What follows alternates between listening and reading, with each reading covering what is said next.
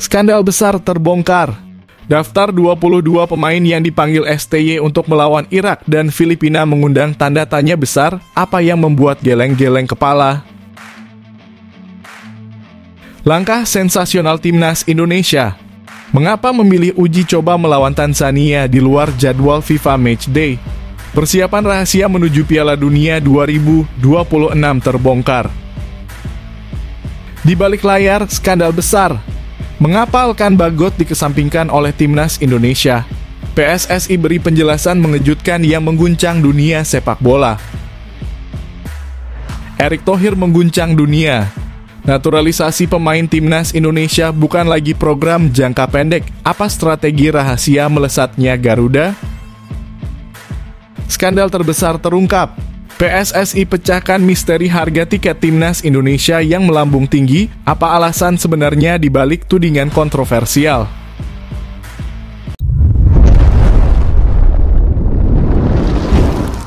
Sebelumnya mohon subscribe channel ini dulu supaya nggak ketinggalan berita terupdate Timnas Indonesia.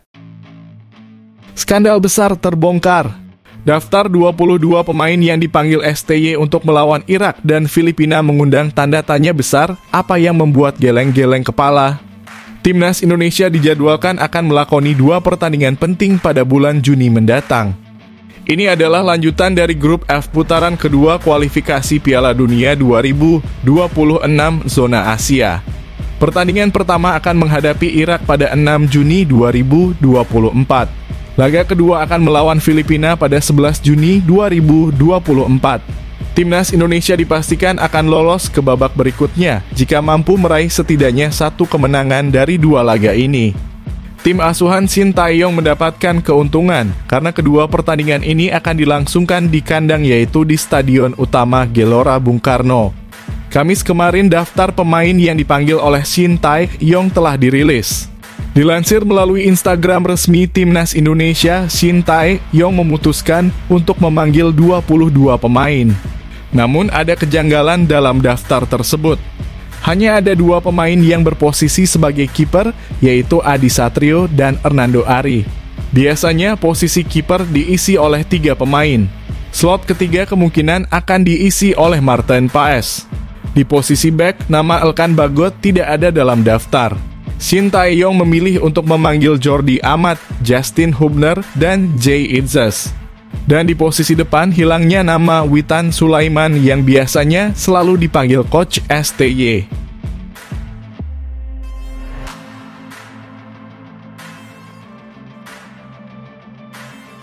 Langkah sensasional Timnas Indonesia. Mengapa memilih uji coba melawan Tanzania di luar jadwal FIFA Matchday?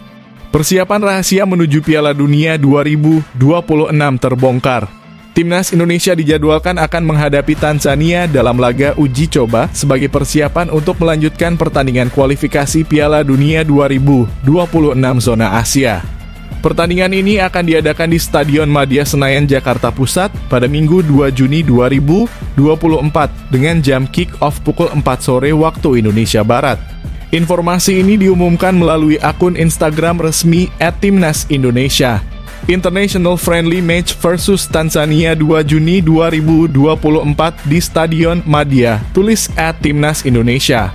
Pertandingan uji coba ini tidak akan berdampak pada peringkat FIFA karena periode FIFA Matchday baru dimulai pada 3 hingga 11 Juni 2024. Saat ini Timnas Indonesia berada di peringkat 134, sedangkan Tanzania di peringkat 119. Sebelumnya, Ketua Badan Tim Nasional Sumarji mengungkapkan bahwa skuad Garuda akan menjalani uji coba antar negara, tetapi belum menyebutkan lawannya. Uji coba kemungkinan tanggal 2 nanti akan diumumkan resmi, ya antar timnas negara, kata Sumarji. Sumarji juga menambahkan bahwa Timnas Indonesia akan memulai pemusatan latihan pada 27 Mei mendatang. TC27 malam kumpul 28 pagi sudah mulai TC, kata Sumarji.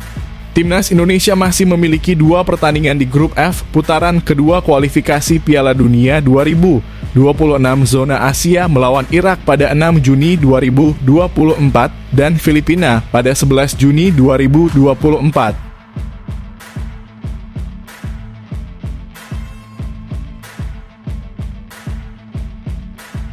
Di balik layar, skandal besar.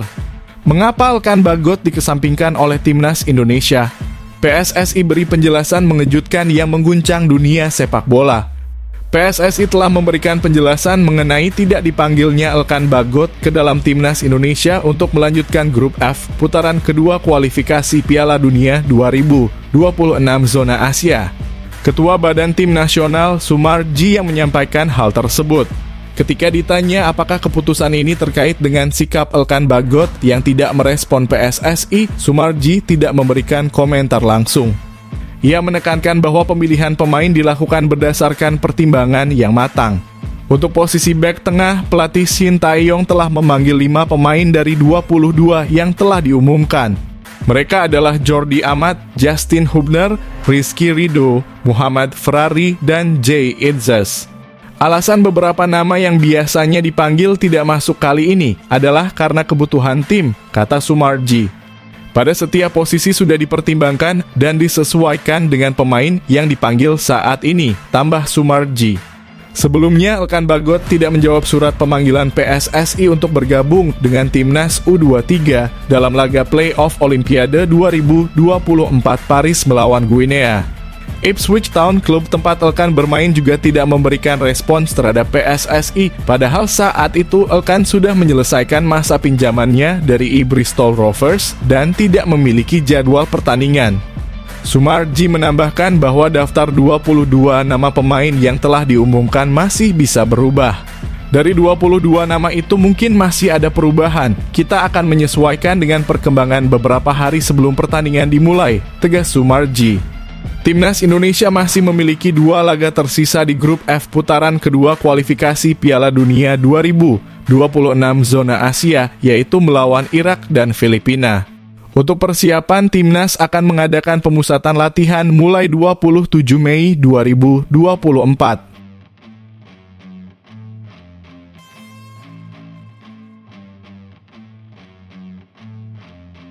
Erick Thohir mengguncang dunia. Naturalisasi pemain Timnas Indonesia bukan lagi program jangka pendek. Apa strategi rahasia melesatnya Garuda? Ketua Umum PSSI Erick Thohir memastikan bahwa program naturalisasi pemain keturunan untuk Timnas Indonesia akan menjadi kebijakan jangka panjang. Namun pembangunan sepak bola lokal juga akan tetap menjadi prioritas. Pernyataan ini disampaikan Erick Thohir saat menjawab pertanyaan dari Rosiana Silalahi, pembawa acara di Kompas TV. Rosi menanyakan apakah program naturalisasi ini akan menjadi kebijakan jangka panjang untuk Timnas Indonesia. Erick menjelaskan bahwa PSSI tidak bisa menghalangi para pemain diaspora yang memiliki darah keturunan Indonesia jika mereka ingin memperkuat tanah kelahiran leluhurnya. Program naturalisasi tidak boleh dilakukan sendirian. Sepak bola di level akar rumput juga harus dibangun. Liganya juga harus menghasilkan pemain berkualitas, kata Erick Thohir. Jika ada pemain Indonesia di luar negeri memiliki darah merah putih dan ingin bermain untuk Timnas Indonesia, kita harus menyambut mereka, jelas Erick.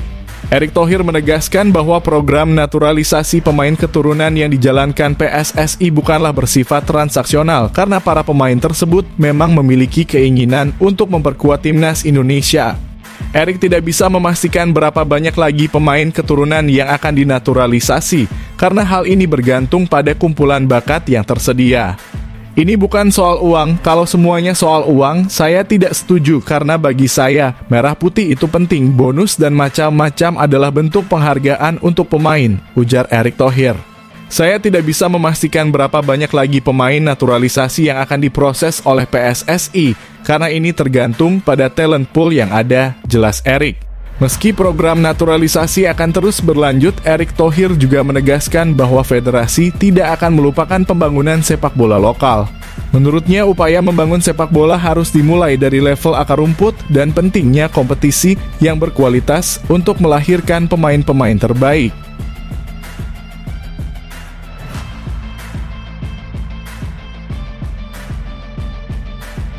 Skandal terbesar terungkap. PSSI pecahkan misteri harga tiket Timnas Indonesia yang melambung tinggi. Apa alasan sebenarnya dibalik tudingan kontroversial? PSSI akhirnya menjelaskan alasan mereka menaikkan harga tiket pertandingan Timnas Indonesia menjadi sangat tinggi. Baru-baru ini PSSI mendapat banyak protes dari warganet setelah merilis daftar harga tiket untuk pertandingan Timnas Indonesia. Tim Merah Putih akan melanjutkan perjalanan mereka di grup F kualifikasi Piala Dunia 2026 zona Asia dengan menghadapi Timnas Irak dan Timnas Filipina.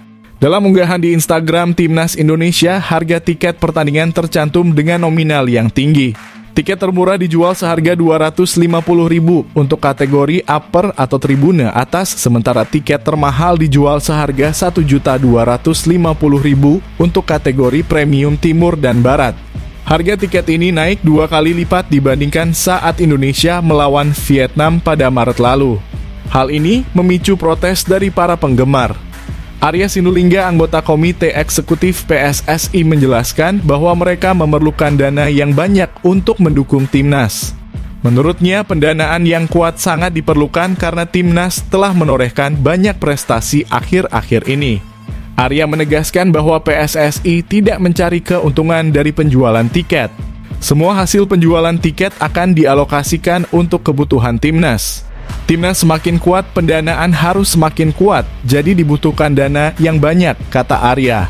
Tidak ada niat untuk mencari untung, semuanya untuk membiayai Timnas. Arya juga menyebutkan bahwa PSSI memiliki pendapatan dari hak siar, tetapi itu tidak cukup. Salah satu cara agar keuangan PSSI tetap stabil adalah dengan menaikkan harga tiket pertandingan. Ada pendapatan dari hak siar, tapi itu tidak cukup, jadi salah satunya dari tiket juga, jelasnya. Meskipun harga tiket sudah dinaikkan 2 kali lipat, Arya menjelaskan bahwa dana yang terkumpul masih kurang. PSSI tetap berusaha mencari pendanaan lain demi mendukung Shin Tae-yong dan para pemainnya.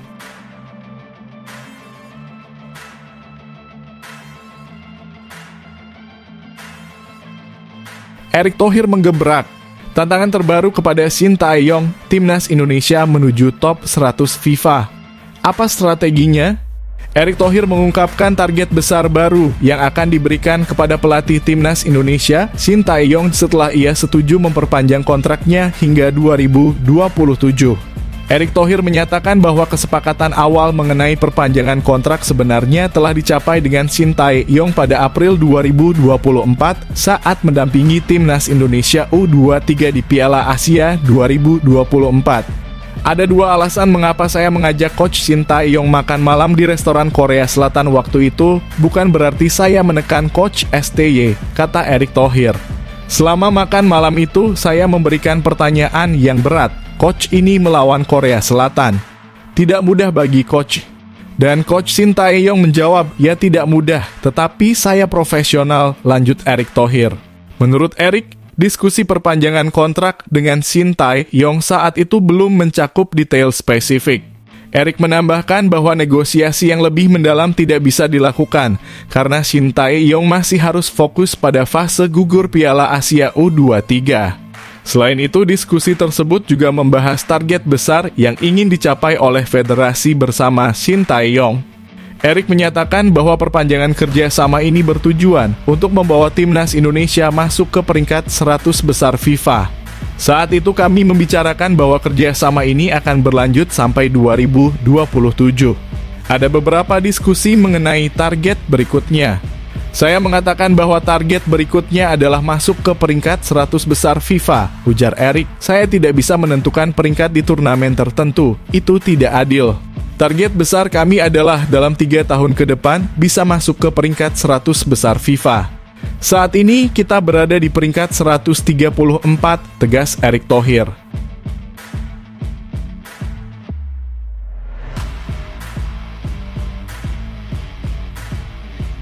Prahara di balik layar. Pratama Arhan terima nasihat dari bek kiri legendaris Timnas Indonesia, persaingan ketat akan mencapai puncaknya. Mantan pemain Timnas Indonesia Alexander Pulalo merasa kagum dengan kualitas yang dimiliki oleh Pratama Arhan. Namun ia juga mengingatkan bahwa persaingan di posisi bek kiri akan semakin ketat. Alexander Pulalo yang bermain untuk Timnas Indonesia dari tahun 1993 hingga 2004 menyebut Pratama Arhan sebagai salah satu bek kiri terbaik saat ini. Pulalo yang juga bermain sebagai bek kiri selama kariernya menjelaskan mengapa Arhan begitu istimewa. Saya melihat kualitas Pratama Arhan sangat bagus dan gaya bermainnya sangat dinamis sepanjang pertandingan, kata Alexander Pulalo. Kelebihannya adalah lemparan ke dalam yang sangat bagus, dia konsisten, bisa naik membantu serangan dan kembali turun untuk bertahan, jelas Pulalo. Saat ini Pratama Arhan adalah pilihan utama pelatih Shin Tae-yong untuk posisi back kiri. Namun Pulalo memperingatkan bahwa persaingan akan semakin sengit karena timnas Indonesia memiliki dua pemain keturunan di posisi yang sama, yakni Saine Patinama dan Nathan Chuaon. Selain itu, Calvin Verdonk juga akan menjadi tambahan baru di posisi tersebut. Pulalo berharap para pemain lokal seperti Edo Febriansyah dan Alfa Andra Dewangga dapat bersaing secara sehat untuk mendapatkan tempat di tim nasional.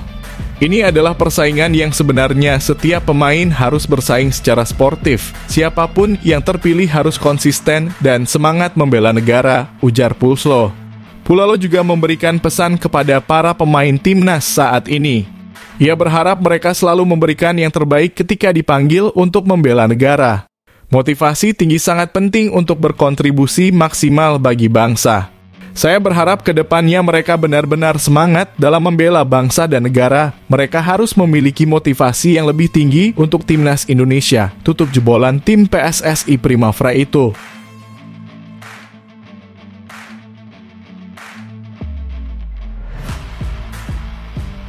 Ledakan transfer, 4 bintang timnas Indonesia yang siap membuat gebrakan di panggung internasional, apakah mereka akan meninggalkan tanah air? Timnas Indonesia telah mencatat prestasi yang cukup baik di Piala Asia Senior dan Piala Asia U23 2024. Di Piala Asia Senior, skuad Garuda berhasil mencapai babak 16 besar, sementara di Piala Asia U23 mereka berhasil menembus semifinal. Keberhasilan ini tidak lepas dari peran pelatih kepala Shin Tae-yong dan para pemain yang menjadi tulang punggung tim. Beberapa pemain bahkan dianggap layak untuk bermain di luar negeri. Mereka adalah Hernando Ari Sutaryadi, Rizky Ridho, Yakob Sayuri, dan Ramadan Sananta. Berikut adalah profil keempat pemain yang dianggap layak bermain di luar negeri. 1. Rizky Ridho. Rizky Ridho yang baru berusia 22 tahun sudah menjadi pemain utama pilihan Shin Tae-yong di lini belakang timnas Indonesia senior. Di timnas U23, ia dipercaya sebagai kapten tim. Ridho dikenal tenang, tangguh, mahir dalam duel udara, dan pandai membaca permainan. Saat ini ia bermain untuk Persija Jakarta dan memiliki kontrak hingga 2026. Jika ada tim luar negeri yang serius ingin merekrutnya, Persija kemungkinan besar akan melepasnya. 2. Hernando Ari. Hernando Ari awalnya bukan pilihan utama Shin Tae-yong di timnas U23 maupun di timnas senior.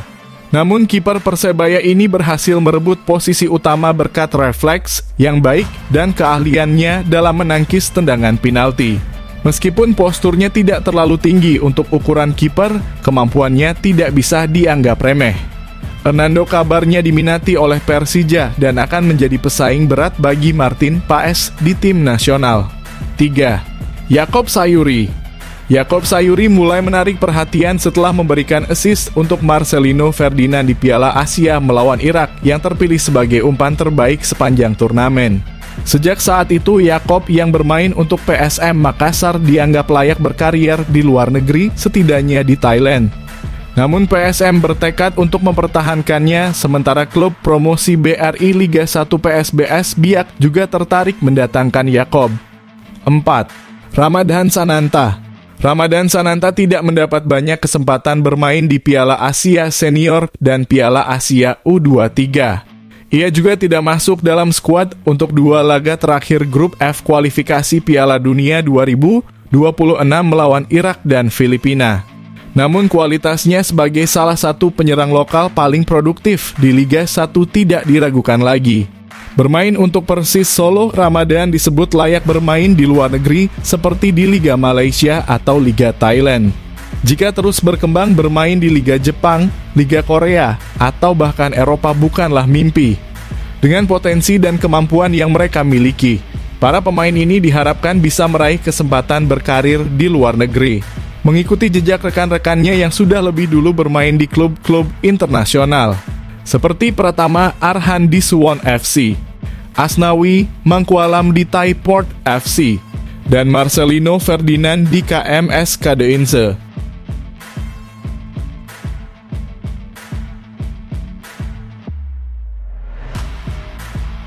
Perang terbuka. Madampang meragukan keunggulan timnas Indonesia atas Thailand. Apakah sepak bola ASEAN berada di ambang perubahan dramatis? Presiden Federasi Sepak Bola Thailand, Nualpham Lamsam yang dikenal sebagai Madampang, berbicara mengenai peningkatan performa timnas Indonesia belakangan ini. Dalam wawancara dengan media Malaysia Harimau Malaya, Madampang ditanya apakah timnas Indonesia saat ini telah melampaui kekuatan Thailand untuk menjadi nomor 1 di ASEAN. Performa timnas Indonesia memang sedang meningkat, terutama setelah berhasil lolos ke babak knockout Piala Asia 2023. Baru-baru ini timnas U23 Indonesia juga mencapai semifinal Piala Asia 2024, meskipun ini adalah partisipasi perdana mereka di turnamen tersebut. Selain itu, pada tahun 2023, Indonesia juga memenangkan medali emas SEA Games dengan mengalahkan Thailand. Madampang berpendapat bahwa sepak bola di ASEAN telah berkembang pesat dan tingkat persaingan antar negara sangat ketat. Saya tidak yakin bahwa Indonesia telah melampaui Thailand, kata Madampang, seperti dikutip dari YouTube Harimau Malaya. Setiap negara di Asia, terutama Asia Tenggara, memiliki level sepak bola yang sangat dekat. Walaupun kami saat ini berada di peringkat FIFA 101 yang tertinggi di ASEAN, setiap negara telah meningkatkan level sepak bolanya, jelas Madampang.